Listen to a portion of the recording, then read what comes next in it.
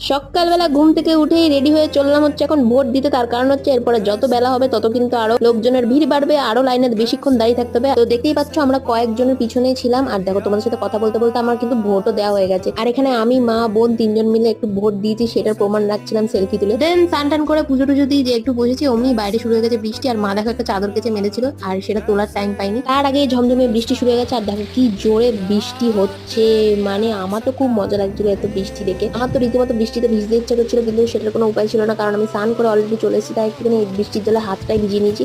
আর ঘরে এসে দেখলাম বোন কোকোকে নিয়ে শুয়েছিল। এই জোরে মাছটা বললো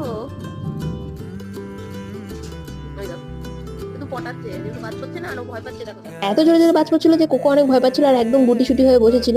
এরপরে ক্যান্ডি মহারানী চলে এসেছে আর ক্যান্ডি মহারানী এসে একদম শুয়ে পড়েছে টান টান হয়ে। তো আজকের ভিডিওটা ছিল এটুকুনি। যদি ভিডিওটা ভালো লাগে থাকে অবশ্যই একটা লাইক করে দেবে। তো চলো আজকের মতন বাই।